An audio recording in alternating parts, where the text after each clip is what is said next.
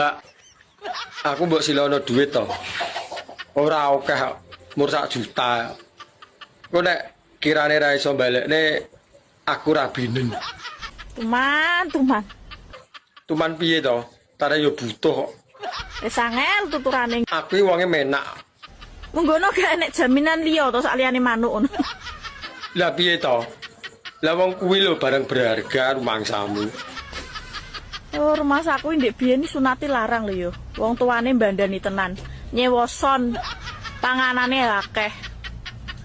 So manuk dimurahno dinyah-nyohno ni piye lan? Lah arep piye meneh tarah kepepet kok. Dek ini enek bocah ganti penggawean pengen dadi LC.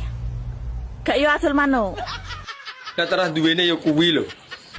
Saiki enek wong ganti dhuwit golek utangan dibayar manuk.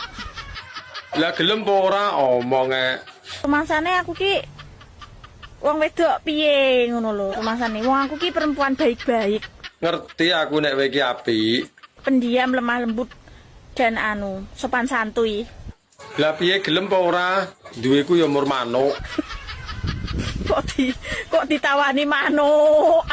Asem tenan yo. Wis to, enak-enak ya.